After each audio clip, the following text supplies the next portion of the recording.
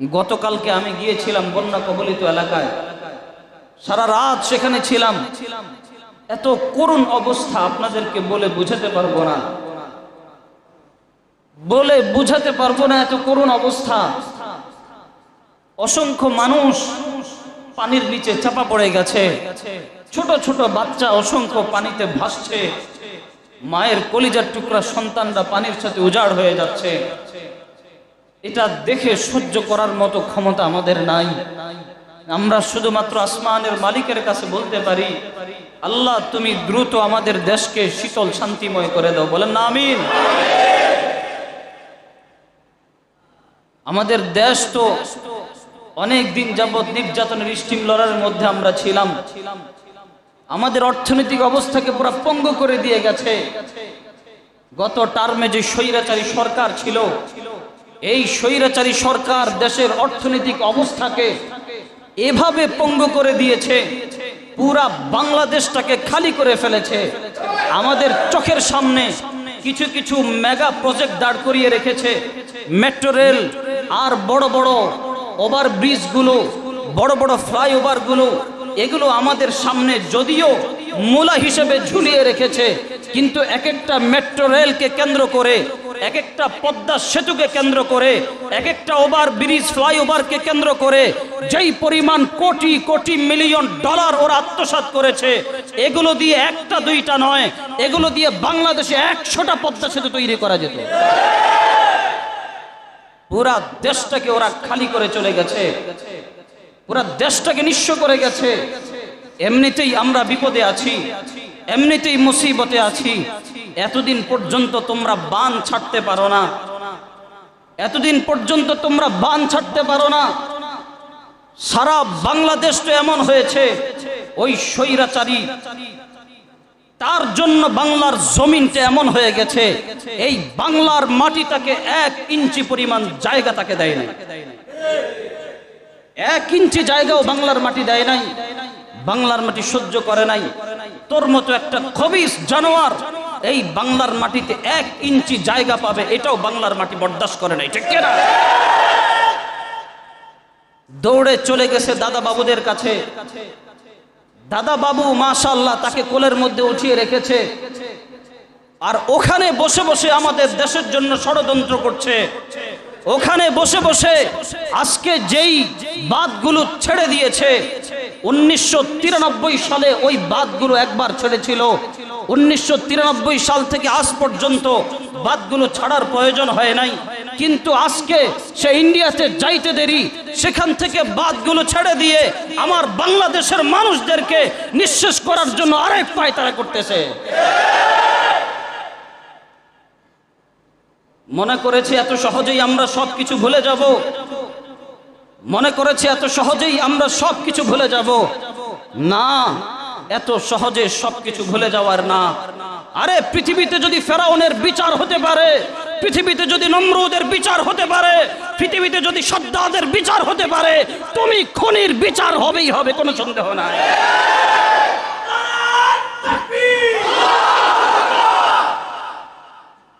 মুসলমান, অনেক ধৈর্য আমরা ধরেছি, আজকে আমাদেরকে সব দিকে শেষ করার পায়তারা করছে। এক তো আমাদের অর্থনৈতিক অবস্থাকে পঙ্গু করে রেখেছে, আরেক তো আমাদের দেশকে পানিতে ডুবিয়ে মারার ষড়যন্ত্র করছে। তার জীবনের শুরু থেকে নিয়ে এই পর্যন্ত আপনি কি চাবেন বলেন? দাদা আপনি কি চান? আপনার জন্য সব আমার করতে প্রস্তুত। এমনকি বাংলাদেশের মাঝখান দিয়ে রেল লাইন নেওয়ারও হীন ষড়যন্ত্রেতে মেতে উঠেছিল, ঠিক কিনা? কি দিয়েছে তোমাকে? কি পেয়েছো তার কাছ থেকে? তুমি বাংলাদেশের প্রত্যেকটা মানুষকে তুমি জবাই করে গেছো, প্রতিটা মানুষকে জবাই করে গেছো। পরিষ্কার ভাবে বলতে চাই, আমরা যেই জাতি, আমরা সারা পৃথিবীকে দেখিয়ে দিয়েছি আমরা ঘরে বসে মিও মিও করার জাতি না। আমাদের উপর যখন নির্যাতন আসবে, আমাদের উপর যখন জুলুম আসবে, আমরা এক মুহূর্ত ঘরে বসে থাকার জাতি না, ঠিক কিনা? সারা দেশ দেখেছে, সারা জাতি দেখেছে, আমাদের কাছ থেকে তারা শিক্ষা গ্রহণ করেছে। যখন জালেমকে হটাতে হয়, জুলুমের বিপক্ষে কথা বলতে হয়, আরে কেমনে কথা বলতে হয়, বাংলাদেশের জনতা যেমনে কথা বলতে হয় অমনে বলতে হয়, ঠিক না? এটা আমরা শিখিয়েছি জাতিদেরকে। সুতরাং এতদিন বহুত ৯-৬ করে আমাদের এই দেশকে তুমি শেষ করার চেষ্টা করেছো। এক ফারাক্কা বাঁধ হলে, এক তিস্তা নদী যত উঁচা হয়, আমার তো মনে চায় বাংলাদেশের আপামর জনগণকে দিয়ে ওটার চাইতে ডাবল ফারাক্কা বাঁধ তৈরি করা দরকার। মুসলমান, চোখ কান খোলা রেখে চলবেন। হুজুকে খালি দৌড় দিবেন না। একটা দল করেন বিধায় ওই দল যা কিছু বলবে সব আপনার জন্য কোরআন হয়ে যাবে, বিষয়টা এমন না। আপনাদের সামনে বড় বড় মেগা প্রজেক্ট তৈরি করে রেখে দিয়েছে, আর বলবেন হ্যাঁ দেশ তো সুন্দরই চলছে। আলু যখন কিনতে যান তখন বোঝেন না দেশের কি অবস্থা? পেঁয়াজ যখন কিনতে যান তখন বোঝেন না দেশের কি অবস্থা? মাছ, গোস মাছ যখন কিনতে যান তখন বোঝেন না দেশের কি অবস্থা? তারপরও কোন শরমে, কোন লজ্জায় তাদের পক্ষে এখনো পর্যন্ত সাফাই গান? কোন লজ্জায় সাফাই গান? যারা আমাদেরকে সব দিকে শেষ করে দিচ্ছে, ভিতর থেকে বাহির থেকে সবখান থেকে তারা আমাদেরকে নিঃশেষ করে দিচ্ছে। আজকের এত হাজার হাজার মানুষ যারা আজকে মারা যাচ্ছে, তারা কেন মারা যাচ্ছে? ওই বাঁধ যদি না খুলে দিত তাহলে আমার এই লক্ষ লক্ষ মানুষ মারা যেত না। 10 লক্ষের উপরে মানুষ পানির মধ্যে বন্দী। 10 লক্ষের উপরে মানুষ পানির মধ্যে বন্দী। আপনি কল্পনা করতে পারেন, তোমার যদি পানি বেশি হয়ে যায়, তুমি আস্তে আস্তে বাঁধ ছাড়তা। তুমি একসাথে কেন তোমার সব বাঁধগুলো তোমার খুলে দিতে হবে? তুমি যদি আস্তে আস্তে বাঁধ ছাড়ো, 1 মাস 2 মাস আগের থেকে তো তুমি বুঝতেছো তোমার কাছে পানি বেশি আসে। ভারতের মিডিয়াগুলো কি পরিমাণ দালালি, কি পরিমাণ মিথ্যাবাদিতায় ভরপুর, কল্পনাও করা যায় না। তারা বলে অতিরিক্ত পরিমাণে পানি হলে অটোমেটিক নাকি গেট খুলে যায়। অতিরিক্ত পরিমাণে পানি হলে নাকি অটোমেটিক গেট খুলে যায়। আরে তুমি তো দেখছো অতিরিক্ত পানি হবে। যদি অতিরিক্ত পানি হয়েও থাকে, তুমি আগের থেকেই তো জানো পানির অবস্থা এমন আসছে, তাহলে তো তুমি আস্তে আস্তে একটা একটা গেট খুলতা। তুমি 2 মাস আগে একটা গেট খোলো, আস্তে আস্তে পানি আসতে থাকুক, পানিগুলো আস্তে আস্তে নদীর মধ্যে চলে যাক, নদীর থেকে আস্তে আস্তে সাগরে চলে যাক, এমন একটা সুন্দর পরিস্থিতি তৈরি হোক। 1 মাস পরে আরেকটা গেট খোলো, 20 দিন পরে আরেকটা খোলো। এভাবে যখন তুমি আস্তে আস্তে তোমার গেটগুলো খুলবা, পানির স্রোত যখন আস্তে আস্তে আসবে, মানুষের ঘর বাড়ি আর ধ্বংস হবে না, মানুষের বসত বিটা আর ধ্বংস হবে না, কোনো কিছুই মানুষের ক্ষতি হবে না। তার মানে একসাথে গেটগুলো খুলে দেওয়ার কারণ হচ্ছে ওরা চায় বাংলাদেশের মানুষকে পানিতে ডুবিয়ে মারতে, ঠিক না? মুসলমান, সময় এসেছে যেমনি আমরা ইসরায়েলিদের পণ্য বয়কট করে তাদেরকে দেখিয়ে দিয়েছি কিভাবে ব্যবসার মধ্যে লাল বাতি জ্বালাতে হয়, মুসলমান তেমনি ভাবে আজকের থেকে আমরা ইন্ডিয়ান যত পণ্য আছে সেগুলোকেও বয়কট করলাম, ঠিক না? ওরা বারবার স্লোগান তোলে বাংলাদেশের সাথে তাদের সুন্দর মতো সম্পর্ক তাদের গড়ে রাখতে হবে, সুন্দর সম্পর্ক থাকতে হবে। আমাদেরকে পানিতে মারা এটা সুন্দর সম্পর্ক? আমাদেরকে ডুবিয়ে মারা এটা সুন্দর সম্পর্ক? কি পেয়েছি আমরা তাদের কাছ থেকে? স্বাধীনতা, স্বাধীনতা নিয়ে আমরা কত বড় বড় বুড়ি আউড়াই। আরে বাংলাদেশ যখন স্বাধীন হয়, তারা সহযোগিতা করেছে তা আমাদের জন্য না, বরং তাদের স্বার্থের জন্য। তাদের স্বার্থের জন্য তারা সহযোগিতা করেছে। এই কলকাতা আমাদের ছিল, আসাম আমাদের ছিল, ত্রিপুরা আমাদের ছিল, মণিপুর আমাদের ছিল, বাংলাদেশ পুরা ত্রিপুরা, আসাম, মণিপুর, আসাম সবকিছু সহকারে বাংলাদেশ আমাদের ছিল। আর তারা স্বাধীনতার নামে সামান্য একটু বাংলাদেশকে হাতে ধরিয়ে তুলে ওরা কলকাতা, আসাম, ত্রিপুরা, মণিপুর যা আছে সব ওরা নিয়ে গেছে, আমাদেরকে সামান্য বাংলাদেশের সামান্য একটা টুকরা দিয়ে গেছে। ওরা তো আমাদের উপর আরো জুলুম করেছে, আমাদের দুর্বলতার সুযোগ নিয়ে আমাদেরকে ওরা নিঃস্ব করেছে। আজকের নদীগুলো যদি প্রবাহমান থাকতো, নদীগুলো যদি ধারাবাহিক একটা চলন থাকতো, বাংলাদেশ আরো কত সুন্দর থাকতো, কত সুজলা সুফলা থাকতো। যখন আমাদের পানির দরকার হয় তখন পানি দেয় না, তখন পানিকে বন্ধ করে রাখে। আর আমাদের কৃষকরা পানি পানি বলে চিৎকার করতে থাকে। কিন্তু ঠিক যখন আমাদের পানির দরকার হয় না, বর্ষাতে এমনিতেই পানি, তখন এই পানির উপরে আবার পানি ওরা ছেড়ে দিয়ে আমাদেরকে প্রতিনিয়ত ধ্বংস করে যাচ্ছে। গত এতগুলো বছর যাবত যেই পরিমাণ দালালি করেছে এই ভারতের, যেই পরিমাণ পা চাটামি করেছে এই ভারতের, এগুলো যদি না করতো, চোখে চোখ রেখে যদি কথা বলতো, আর যদি বলতো তুমিও বান যদি দাও তাহলে আমিও আরেকটা বান তৈরি করে দিব, তাহলে ভারতের মতো কখনো দুঃসাহস হতো না এত বড় একটা বান দেওয়ার, ঠিক কিনা? যদি এভাবে চোখে চোখ রেখে কথা বলতো। আমি আজকে একটি আলোচনা দেখে মাথা খারাপ হয়ে গেল। প্রধানমন্ত্রী শেখ হাসিনা, সাবেক প্রধানমন্ত্রী, সে বলছে অতিরিক্ত পানি আসলে নাকি দেশের জন্য ভালো। ভালো কেন? বলে মাটির মধ্যে যেই সমস্ত লবণাক্ত ভাব থাকে এগুলো বন্যার পানির সাথে ধুয়ে চলে যায় সাগরে, আর দেশের মাটি উর্বর হয়ে যায়, ফসল ভালো হয়। আপনি বিশ্বাস করবেন এটা? আপনি মানবেন? ও একদিকে ফসলের চিন্তা করে, মাটি নাকি উর্বর হয়। আমার লক্ষ লক্ষ হাজার হাজার মানুষ তারা পানিতে তলিয়ে যাচ্ছে, শেষ হয়ে যাচ্ছে। মানুষের চিন্তা হয় না তার মাটি কেমনে উর্বর হয়, সেটার চিন্তা হয়, ঠিক কিনা? গত কিছুদিন আগেও আমরা দেখেছি আমাদের শত শত ভাই শেষ হয়ে যাচ্ছে, মানুষের রক্ত ঝরে যাচ্ছে। আর এই নরপিচাস সে মানুষের রক্তের জন্য, মানুষের শরীরের জন্য তার কোনো মায়া লাগে না। তার মায়া লাগে মেট্রো রেলটা নষ্ট হয়ে যাচ্ছে, তার মায়া লাগে ওভারব্রিজ নষ্ট হয়ে যাচ্ছে। কিন্তু মানুষ রক্ত দিয়ে নিজের মায়ের বুক খালি করে দিচ্ছে, এক মুহূর্ত কষ্ট তার অন্তরে লাগে না, ঠিক কিনা?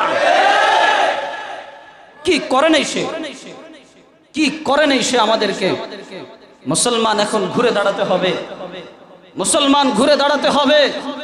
এমন একজন নেতা নির্বাচন করতে হবে যে লা ইলাহা ইল্লাল্লাহ কালিমার পতাকা সারা পৃথিবীতে পথ করে উড়াবে। এমন একজন নেতা নির্বাচন করতে হবে যে আমাদের দুঃখে দুঃখে দুঃখিত হবে, যে আমাদের কষ্টে তার মনের মধ্যে কষ্ট পাবে, যে সার্বক্ষণিক এই বাংলাদেশের জাতির জন্য ফিকির করতে থাকবে, ঠিক কিনা? আমরা জীবনে ৯/৬ বহুত দেখেছি, এখন ৯/৬ দিন শেষ, এখন হচ্ছে ইসলামের বাংলাদেশ, ঠিক কিনা? বিশ্বাস করেন, আপনি যদি আমাদের বন্যা দুর্গত এলাকার অবস্থাগুলো যদি আপনি সচক্ষে দেখতেন, আমার মনে হয় না আপনি থাকতে পারতেন। আমি গতকাল সারা রাত ছিলাম, সারা রাত বিভিন্ন জায়গায় ছোটাছুটি করেছি, দৌড়াদৌড়ি করেছি, চোখের পানি ধরে রাখতে পারি নাই। নিজের চোখের সামনে ছোট ছোট বাচ্চারা মারা যাচ্ছে, নিজের চোখের সামনে বাবা সন্তান সন্ততি সব নিয়ে একটা উঁচু জায়গার মধ্যে বসে আছে, সামান্য খাওয়ার মতো খাবার নাই, ঘর বাড়ি সব উজাড় করে দিচ্ছে, সব শেষ হয়ে যাচ্ছে। ও ভাই, এই দৃশ্য থেকে আমরা মুসলমানরা কিভাবে বসে থাকি? আমাদের উচিত তো এখন তাদের পাশে দাঁড়িয়ে যাওয়া, ঠিক কিনা? মুসলমান রাজি আছেন তো ইনশাআল্লাহ? কারণ আমাদেরকে ইতিপূর্বে আমাদের সব ওরা শেষ করে গেছে, ওরা আমাদের সব কিছু শেষ করে গেছে, আমাদের দেশটাকে নিঃস্ব করে গেছে, আমাদের দেশটাকে পঙ্গু বানিয়ে গেছে, দেশের অর্থনৈতিক অবস্থাকে একেবারে ভেঙ্গে চুরমার করে তারা গেছে। আমরা তো সামনে দেখি কত সুন্দর মেট্রো রেল, সামনে দেখি কত বড় বড় ফ্লাইওভার ব্রিজ, সামনে দেখি কত বড় বড় মেগা প্রজেক্ট, কিন্তু আমাদের বিতর্গত অর্থনৈতিক অবস্থা এমন ভাবে তারা পঙ্গু করে গেছে যেটা কল্পনাও করা যায় না। আর গিয়েও তো ক্ষান্ত হয় নাই, গিয়ে যদি ক্ষান্ত হতো তাও তো একটা চলতো। যাওয়ার পরে দেশটাকে অস্থিতিশীল করার জন্য জায়গায় জায়গায় ডাকাত নিযুক্ত করে দিয়েছিল, জায়গায় জায়গায় ডাকাত নিযুক্ত করে দিয়েছিল। ডাকাত আমাদের ঘুমগুলোকে হারাম করে রেখেছে। চিন্তা করলো বাংলাদেশের জনগণকে কোনো মতেই দমানো যাচ্ছে না, পুলিশ বাহিনী নাই, ছাত্ররা নেমে গেছে, আপামর জনতা নেমে গেছে, সারা দেশকে কন্ট্রোলের সাথে রক্ষা করেছে। জনতারা রাতের ঘুম না গিয়ে লাঠি সোঁটা নিয়ে নিয়ে রাস্তার মোড়ে মোড়ে বাসার অলিতে গলিতে পাহারা দিয়েছে, একমাত্র সোনার বাংলাদেশকে রক্ষা করার জন্য, ঠিক কিনা? সোনার বাংলাদেশকে রক্ষা করার জন্য নিজেদের ঘুমকে হারাম করে, সমস্ত কষ্টকে সহ্য করে এই দেশকে পাহারা দিয়ে রেখেছে। ওই জানোয়াররা যখন দেখেছে না বাংলাদেশের মানুষদেরকে কোনো মতেই তো আর দমানো যাচ্ছে না, এখন বাংলাদেশের মানুষদের অর্থনীতিকে নষ্ট করার জন্য, ঘর বাড়িকে নষ্ট করার জন্য ইন্ডিয়াতে বসে বসে চক্রান্ত করে বিভিন্ন বাঁধগুলো খুলে দিচ্ছে। ওই বাঁধগুলো খুলে দিয়ে আমাদের জীবনকে বিপন্ন করার চেষ্টা করছে। পরিষ্কার ভাবে বলতে চাই, অনেক নির্যাতন আপনারা আমাদেরকে করেছেন। 5 মেতে শাপলা চত্বরে শত শত হাজার হাজার নিরস্ত্র আলেম ওলামা এদেরকে পাখির মতো গুলি করে হত্যা করেছেন। 2013 সালে রাতের আধারে বাতি বন্ধ করে, মিডিয়া বন্ধ করে, প্রত্যেকটা জায়গায় জায়গায় গুলি করে করে আমাদের ভাইদেরকে হত্যা করেছেন, ভাইদেরকে শহীদ করেছেন। আমাদের চোখের সামনে আমরা সেই রক্ত দেখেছি। আমাদের অন্য কোনো আন্দোলন ছিল না। যখন আল্লাহ রসুলের নামে, আল্লাহর ইজ্জতের উপর যদি কেউ আঙ্গুল তোলে, যদি কেউ কথা বলে, মুসলমান সব সহ্য করে নিতে পারে। আল্লাহ রসুলের ব্যাপারে কোনো কিছু মুসলমান সহ্য করে নিতে পারে না, ঠিক কিনা? আমরা সেখান থেকে গিয়েছি, আমরা কোনো রাজনীতি করতে যাই নাই, আমরা গিয়েছিলাম আমার রসুলের ইজ্জতের হেফাজতের জন্য।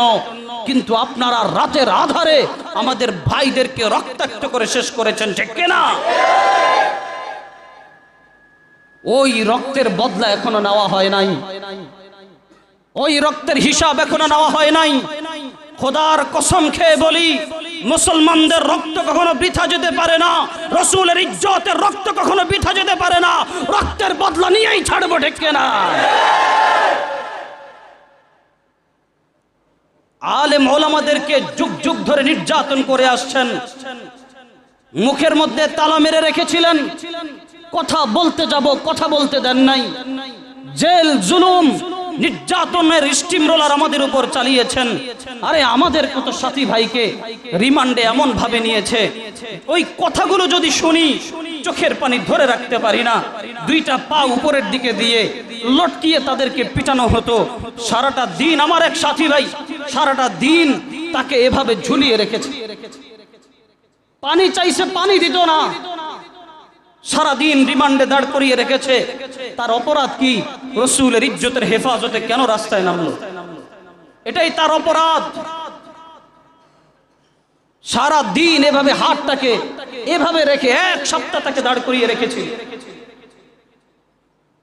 কোনো খাবার দেয় নাই, কোনো পানি দেয় নাই।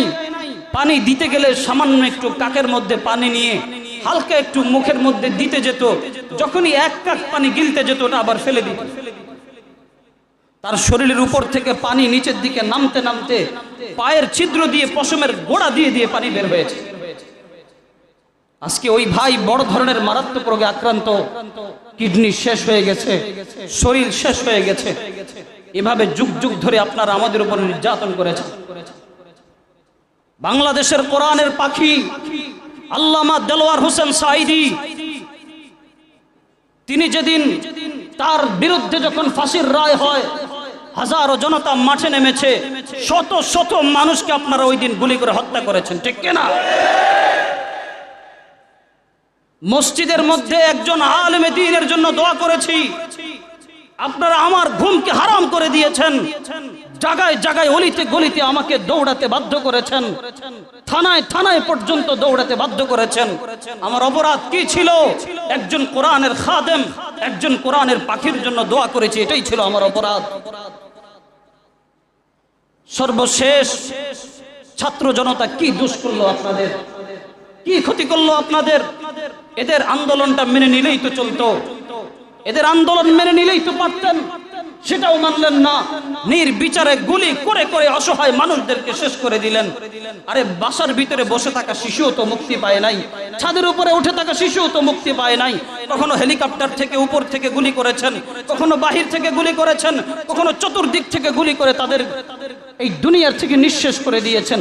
বাসার ভিতরে বসে আছে এই মানুষদেরকে পর্যন্ত গুলি করে আপনারা শেষ করেছেন। এই জাতি কিভাবে আপনাদেরকে ক্ষমা করবে?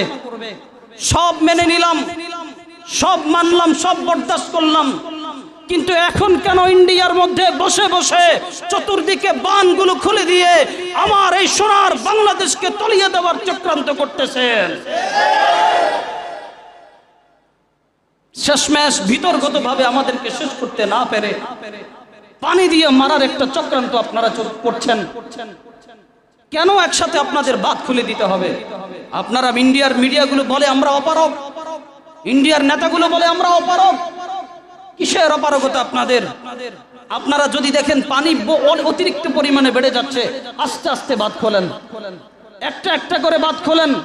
পানি স্রোতে স্রোতে আসবে, নদীতে নদীতে আস্তে আস্তে সাগরে চলে যাবে, সারা দেশ অক্ষত থাকবে। কিন্তু আপনাদের ভিতরে আছে শয়তানি, আপনাদের ভিতরে হলো হারামি। এই জন্য আপনারা একসাথে বাসগুলো খুলে দিয়ে লক্ষ লক্ষ মা বোনদের কাছকে নিঃশেষ করে দিচ্ছেন। কি জবাব আছে আপনাদের? কি জবাব আছে আপনাদের? আমি তো বলতে চাই, বহুত হয়েছে, বহুত হয়েছে। আমাদের যখন পিঠ দেয়ালে ঠেকে গেছে, আমরা যখন নিজের জানের পরোয়া করি নাই। আপনি ভিডিও দেখেছেন না? আপনারা বলে স্যার ঘটনা তো বুঝি না, একজনকে মারি মনে করি সবাই তো চলে যাবে, দেখি সবাই দাঁড়ায় থাকে, দেখি কেউ তো যায় না। কারণ মুসলমান দেখেছে যে আজকে আমি মরবো, কালকে আমার ভাই মরবে, পরশুদিন আমার মা মরবে, এভাবে চলতে দেওয়া যায় না।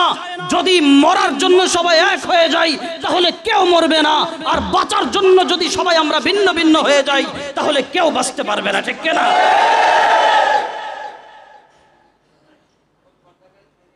মুসলমান খেয়াল করে দেখেন, মুসলমান খেয়াল করে দেখেন, এখন ঐক্যের সময়, এখন বাংলাদেশে দলাদলির সময় না, কথা বলেন ঠিক কিনা? মুসলমান এখন ঐক্যের সময়, মুসলমান এখন হাতে হাত রেখে ঐক্যতা পোষণ করবে। রাজি আছেন তো ইনশাআল্লাহ? এখন আমাদের সর্বশেষ দাবি হচ্ছে অচিরেই আমাদের যে সরকার এসেছেন এই তত্ত্বাবধায়ক সরকারকে আমাদের সহযোগিতা করা, সব রকমের সহযোগিতা তাদেরকে করা, দেশটা যেন আবার শান্তিময় হয়। তাদেরকে সহযোগিতা করলে আমাদের দেশ ঠিক থাকবে, দেশ ঠিক থাকলে আমি আপনি ঠিক থাকবো, ঠিক কিনা? এখন আমাদের উচিত তাদের হাতকে শক্তিশালী করা, তাদের হাতকে আরো শক্ত করা, এবং অচিরেই এমন একটা পরিকল্পনা গ্রহণ করা। বহুত হয়েছে, প্রতি বছর বছর বন্যায় বন্যায় আমাদের মা বোনেরা ভাইয়েরা সব নিঃশেষ হয়ে যাচ্ছে। আমরা আর এই দৃশ্য পুনরায় দেখতে চাই না, ঠিক কিনা? এই দৃশ্য আমরা পুনরায় দেখতে চাই না। আমরা এটার ইতি ঘটাতে চাই, আমরা চাই এটার একটা ইতি ঘটুক।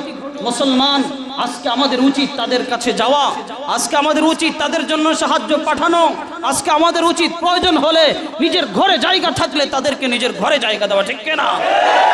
সাহাবায়ে কেরাম রাদিয়াল্লাহু আনহুম যেমনি ভাবে মক্কার কাফেররা তাদেরকে বিতাড়িত করে দিয়েছে, ঘর ছাড়া করে দিয়েছে, বাড়ি ছাড়া করে দিয়েছে, আর মদিনার আনসার সাহাবীরা বলেছেন, ভাই তুমি আমার ভাই, তুমি মুসলমান, তুমি আমার ভাই, এটার চাইতে বড় পরিচয় আর কোনো কিচ্ছু নাই, ঠিক কিনা? কে কোন দল করলো এটা দেখার আমাদের টাইম নাই, কে কোন মতাদর্শে লালিত পালিত হন এটা দেখার আমাদের টাইম নাই। আমাদের দেখতে হবে তুমি যদি মুসলমান হয়ে থাকো তুমি আমার কলিজার ভাই, ঠিক কিনা? তুমি মুসলমান তো তুমি আমার কলিজার ভাই। আমার শরীরে যদি রক্ত থাকে তাহলে তোমার শরীরেও রক্ত থাকবে। আমি যদি খাই তাহলে তুমিও খাবা, আমি যদি সুন্দরভাবে চলি তাহলে তুমিও সুন্দরভাবে চলবা, কারণ তুমি আমি জাতি ভাই।